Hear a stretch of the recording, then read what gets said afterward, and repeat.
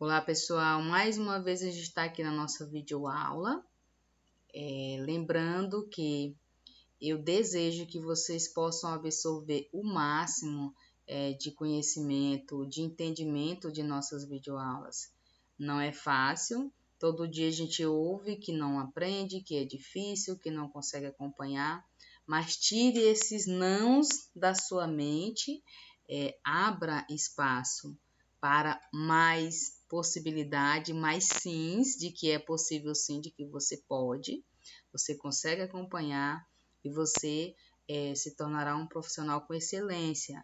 Basta ter um pouquinho de esforço, como eu já falei outras vezes, não é só nós que estamos tendo aula, videoaula, é o Brasil inteiro, é o mundo inteiro que está atrás de uma telinha tentando continuar a vida, tentando buscar e alcançar os objetivos.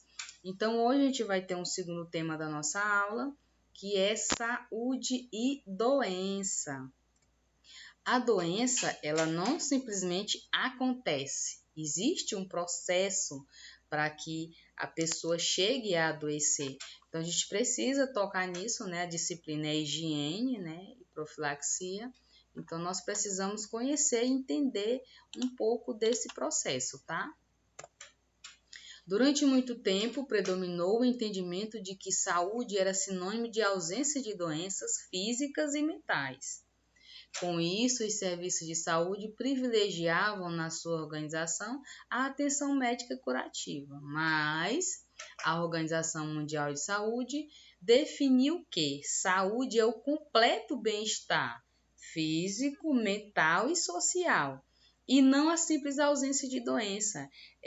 Não significa que porque eu não estou com nenhum sintoma, eu não esteja doente. Por exemplo, nós vivemos em um país que é doente socialmente na questão da infraestrutura, os esgotos a céu aberto e etc. A gente vai entender isso um pouquinho mais à frente.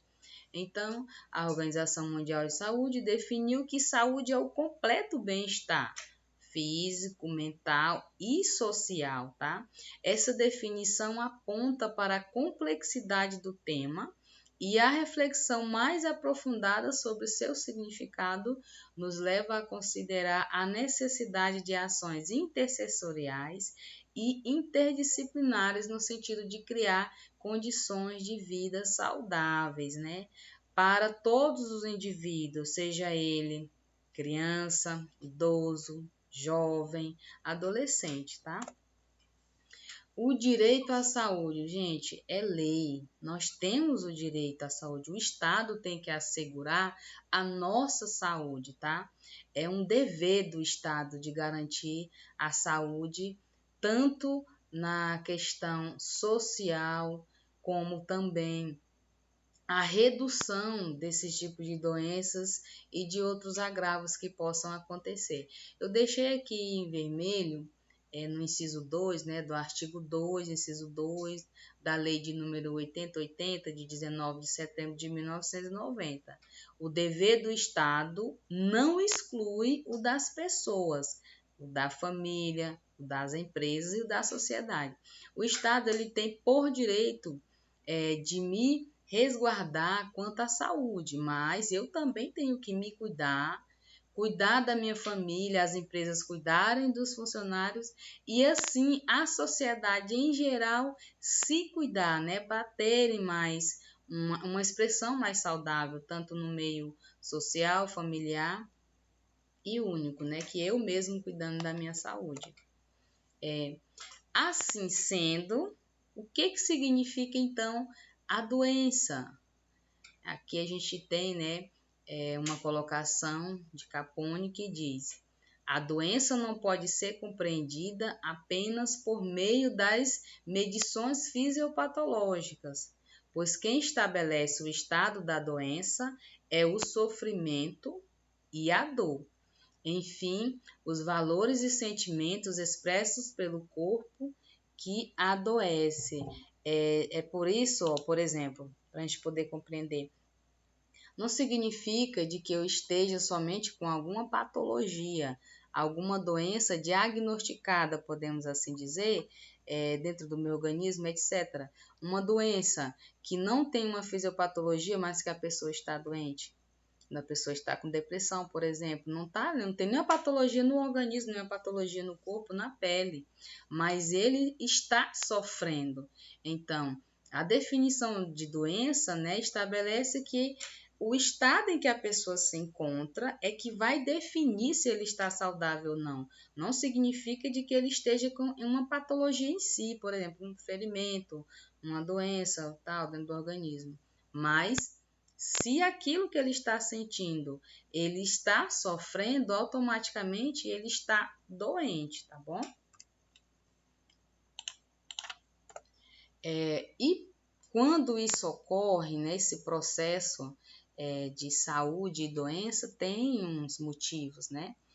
Em síntese, pode-se dizer que o processo saúde e doença representa o conjunto de relações e variáveis que produzem e condicionam o estado de saúde e doença de uma população ou de uma pessoa, que varia nos diversos momentos históricos e do desenvolvimento científico da humanidade. Novamente eu vou tocar no assunto do Covid-19, né? Essa questão, esse processo de saúde, ele é diferenciado. Tem regiões que têm epidemias específicas, tem regiões que já, estados que sempre têm grandes quantidades, por exemplo, da tuberculose, da cólera. A gente relaciona muito a África com a AIDS, etc. Então, é variável esse processo de saúde e doença. E também momentos influenciam, momentos históricos dentro do histórico científico da humanidade. Por exemplo, a gente vai estar agora, 2020 vai se tornar um momento histórico por conta do Covid. Tá? Então, tem um processo nisso tudo para a gente diferenciar as epidemias, as endemias e as pandemias, né? Continuando, aqui a gente tem uma história, né, desse processo de saúde e doença. Assim que iniciou-se a falar nesse processo, né? Aqui tem a teoria, né, do religioso na Idade Antiga, que eles falavam que a doença era um resultado de forças externas que invadiam o corpo e que quem adoecia era porque tinha algum pecado ou foi lançada alguma maldição sobre essa pessoa, né? E aí os líderes espirituais era que mantinham a cura, né, que tinha o contato com o sobrenatural ou então com a natureza, então fazia ali um ritual de cura para aquele indivíduo, né? Atualmente a gente ainda tem alguns resquícios, né, disso na sociedade, que é o quê? As benzedeiras, superstições, simpatias até. E um dos que se usam muito, que vem desde a Idade Antiga, são os chás. Eu, como pessoa, como ser humano, acredito também que vários chazinhos fazem muito bem à saúde. Então, só para deixar claro que isso vem desde a Idade Antiga, tá? Tem também a teoria, né, da medicina hipocrática, né, que foi no Império Grego. Hipócrates defendia que a saúde resultava do bom equilíbrio entre o homem e o meio, e a doença surgiria a partir do momento que isso se tornava um desequilíbrio, né? Até então, nenhuma das duas teorias, pelo que a gente já conhece hoje, estavam corretas. Mas nós temos também, né, a teoria miasmática, que foi no Império Grego-Romano, que começou a explicar o surgimento da doença a partir da emanação do ar de regiões insalubres, ou seja, regiões que não tinham bastante sol e etc., árida e não tinha muita produção de alimentos e etc., achava que aquele local poderia ocasionar mais doença, né? Então, Roma deu o primeiro importante passo na promoção da saúde, quando tornou a higiene pessoal acessível através dos banhos públicos, né? Que hoje é muito fácil a gente encontrar água, mas naquela época não. Nós temos também a teoria do castigo e redenção, que é na Idade Média, né? Aí a gente já entra no cristianismo, que é a conexão entre a doença e o pecado mantinha, né, a teoria miasmática, que é a teoria do Império Grego-Romano. A cura também se dava, né, através dos religiosos, e inclusive o cristianismo, a igreja naquela época, eles proibiram muitas descobertas de novas ciências. Se você lembrar, né, de Leeuwin, que começou, né, com o microscópio, começou a descobrir esses micro-organismos, já a igreja, ela proibia, ela não queria que a ciência avançasse, tá? Então, nessa época, né, da Idade Média, foi a época que foram descritas várias epidemias, a varíola, a difteria, o sarampo, a tuberculose, a lepra, a peste bubônica. Naquela época, eles já utilizavam a prática da quarentena. Hoje a gente está vivendo, né, o momento da quarentena, mas isso também iniciou, né, quando acontecia uma epidemia grande como essa de agora. Eles utilizavam já a prática da quarentena também naquele tempo. Temos também a teoria renascentista, que foi na época do Renascimento. O que ele informou para nós? Fracastoro propõe a existência de agentes específicos para cada doença. Eles já começaram a observar os micro-organismos, né? Que a doença não era um pecado, que a doença não era por conta do estado do ar e etc. Já começaram a entender que existiam agentes específicos para a transmissão das doenças, né? E aí foi estudado, foi informada a transmissão das doenças de pessoa para as pessoas, com partículas imperceptíveis ou germes de contágio. Os germes, como a gente já está em desuso também, a gente usa mais agora micro-organismo. Um exemplo de partículas imperceptíveis, hoje a gente está num momento assim. A pessoa espirrar, né? Você tem que estar com a máscara, a pessoa também tem que estar para que não venha, que Deus, se a pessoa estiver contaminada, não venha contaminar a pessoa também ao redor, né? Que hoje a gente está lutando contra o Covid, mas tem a gripe também. O correto é sempre andar de máscara, principalmente quando a pessoa está gripada, tá? Então, nessa época do Renascimento, foi se desenvolvendo a anatomia, a fisiologia, foi iniciado esse processo de descrição das doenças, foi observado clinicamente, né, esses germes que poderiam adoecer as pessoas e etc. Já na época da teoria dos micro-organismos, século XIX, Louis Pasteur e Joseph Lister, o que eles fizeram? Foram os primeiros a estudarem a microbiologia infecciosa. Foi eles que deram início ao que nós hoje já conhecemos bastante sobre os vírus e bactérias. Foram eles que começaram a estudar esses micro-organismos.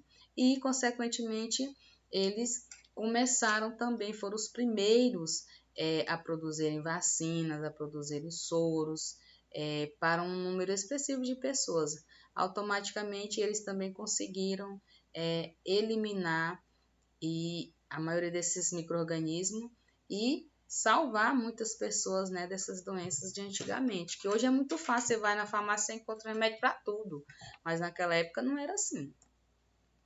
Então, esse processo, né, de saúde e doença tem um fator muito determinante.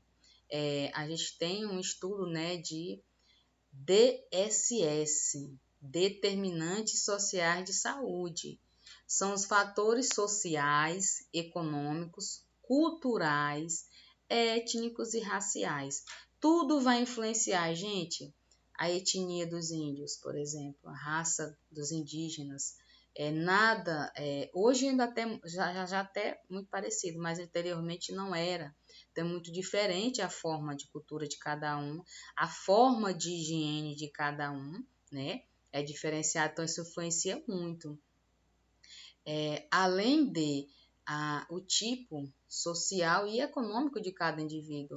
Obviamente que uma criança que vive em um bairro sem infraestrutura, eu vou denominar até o meu próprio bairro, Parque Alvorada, é óbvio que ele vai ter mais contato com micro-organismo, com bactérias, esgoto a céu aberto, etc., do que uma criança que vive em um condomínio com toda a infraestrutura, né?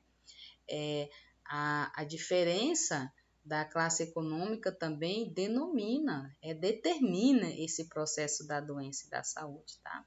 Além disso, nós temos os comportamentos, né, que influenciam a ocorrência de problemas de saúde e seus fatores de risco na população. Os comportamentos psicológicos também influenciam, tudo influencia nesse processo de doença e saúde, né? Evidências mostram que a maioria da carga das doenças e grande parte das desigualdades de saúde são causadas pelos determinantes sociais. E nós não precisamos nem estudar muito para entender isso. É óbvio que a classe econômica determina muito na maioria desse processo da doença e da saúde do indivíduo. Tá? Existem diversos modelos que procuram esquematizar os diversos fatores que influenciam o processo saúde e doença. E um modelo muito conhecido, né, de desigualdade social na saúde, o DSS, é o de Dougram. Ele explica que as desigualdades sociais são resultado das interações entre os diferentes níveis de condições, desde o nível individual até o de comunidades afetadas por política de saúde. Gente, tudo influencia. A educação, o ambiente de trabalho, principalmente água e esgoto. Nós somos um país que não tem saneamento básico praticamente, né? Os serviços sociais voltados para a questão da saúde também, tudo influencia. Eu, com uma ideia, né?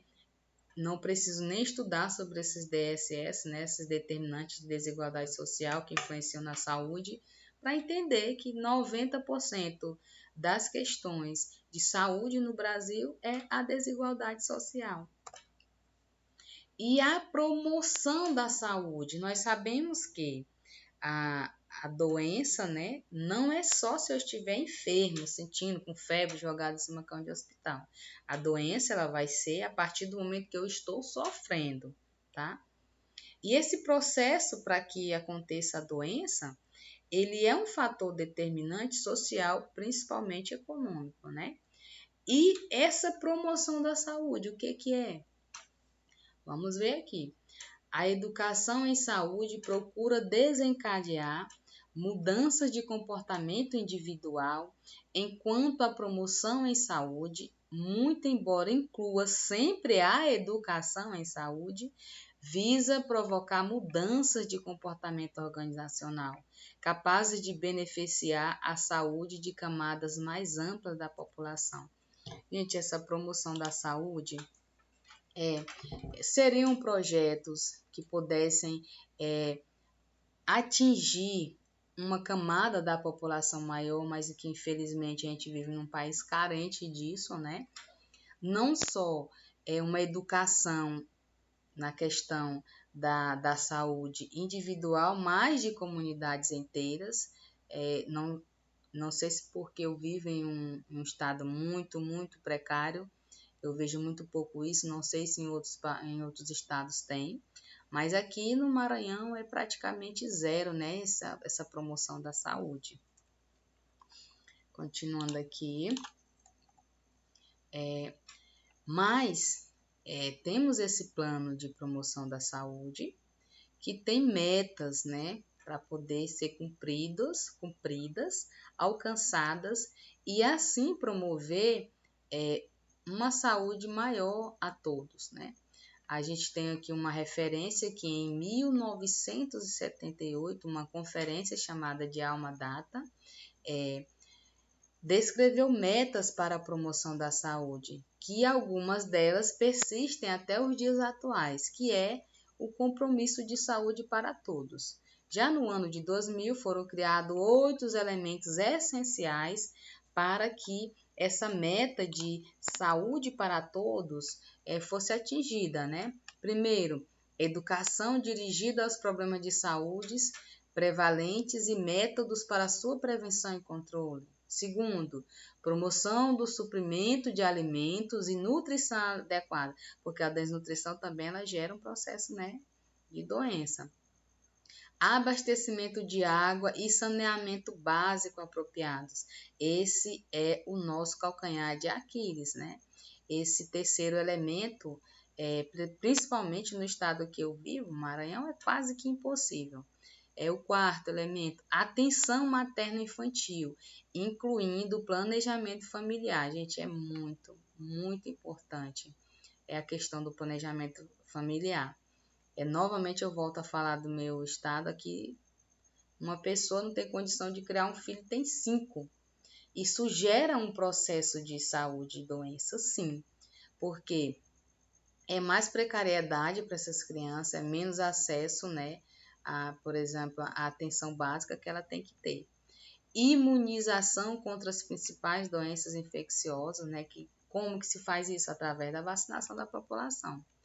Prevenção e controle de doenças endêmicas, que são essas doenças endêmicas, são doenças características, né, de determinado estado, de determinada região. Tratamento apropriado de doenças comuns e acidentes. Gente, querendo ou não, o acidente ele é uma doença, ele pode deixar uma pessoa inválida para o resto da vida. Se ele ficar inválido, automaticamente o desenvolvimento dele vai afetar em alguma coisa na vida dele. Então, os acidentes também eles têm que ser tratados com medidas também de prevenção, uma forma de prevenir mais acidentes, para que não promova uma doença, como eu falei, por invalidez. E distribuição de medicamentos básicos, que outro elemento eu considero praticamente impossível de acontecer, né? Por conta dos problemas sociais e econômicos que nós vivemos, por conta daquilo que eu falei, da falta de planejamento familiar, automaticamente afeta também nessa distribuição de medicamentos, é muito grande o número da população. Enfim, esses são os elementos essenciais, né, para a promoção da saúde. Espero que, principalmente no meu estado, a gente consiga alcançar pelo menos uns 6 desses aí. Aí aqui nós falamos, né, desse processo saúde e doença, do que é a saúde, do que é a doença, e da promoção da saúde, né, o que precisa ser feito para promover saúde à sociedade, mas que nós temos também algo muito importante, que é a prevenção. O que é essa prevenção? Prevenção é definido como ação antecipada, né, prever antes de acontecer, baseada no conhecimento da história natural, a fim de tornar improvável o processo posterior da doença, né? A prevenção, ela tem 4 fases. Nesse quadro aqui você nem vai entender muito, mas eu te explico no próximo. Vamos ler aqui. Prevenção primária, ou seja, primária, primeiro, promover a saúde, né? E proteção específica, promover a saúde específica para proteger a criança, proteger o idoso, para proteger o jovem, etc., né? Prevenção secundária, ou seja, diagnosticar precocemente uma possível doença para poder tratar também precocemente para que não aconteça, por exemplo, um avanço dessa doença e a gente chegue a perder ou a pessoa adoecer ou ficar inválida, etc. Prevenção terciária, ou seja, prevenção de incapacidade, desenvolvimento da capacidade residual. Como a gente estava falando agora há pouco, né? Essa prevenção terciária, a incapacidade, a gente fala dos acidentes, né? Ter uma prevenção. É por isso que a educação no trânsito também é muito importante.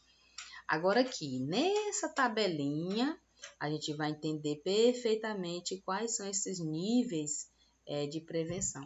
Aqui na prevenção primária, tem o quê? O nível 1, que é promover a saúde, e o nível 2, que é a proteção específica. Eu falei isso para vocês. A prevenção secundária, diagnosticar o tratamento precoce e limitar o dano. Na prevenção terciária, a gente vai ter o quê? A reabilitação desse indivíduo, ficar curado ou se sofrer um acidente, tratar para que ele não chegue a ficar inválido. Então, As principais prevenções, o principal objetivo da prevenção primária é prever, da secundária é curar, fazer por onde limite o número de doentes. Na prevenção terciária, caso esses dois processos não sejam alcançados, o objetivo, ela pode reabilitar essa pessoa e retornar de volta para a sociedade saudável, ou se sofreu algum acidente, reabilitou, conseguir o tratamento para que ele possa se recuperar, tá? Então, a prevenção é promover a proteção do indivíduo. Na prevenção primária. Na secundária é recuperar esse indivíduo, tá? E o território e a promoção da saúde é nada mais, nada menos do que adicionar anos à vida e vida aos anos. Ou seja, de nada adianta viver sem saúde, né? Ela não é responsável exclusiva do setor de saúde, ou seja, a promoção da saúde no nosso território, não é responsabilidade exclusiva do setor de saúde e vai para além de um estilo de vida saudável na direção de um bem-estar global. Aquilo que nós falamos, temos que viver sadios numa sociedade saudável. Não é só porque eu estou sadia dentro de casa que a sociedade vai estar sadia, não. Vários fatores englobam isso, como a gente acabou de ver. Um deles muito, muito preocupante, que é o saneamento básico, né? Para poder ter um bem-estar também diante da sociedade. E aqui, muito obrigado, tá? Pela participação de todos, pela atenção, por estarem tirando um minuto do seu tempo para poder ver esse vídeo. Eu espero que vocês absorvam, tenham algum conhecimento, tenham algum aproveitamento, tá? Obrigado e até a próxima aula.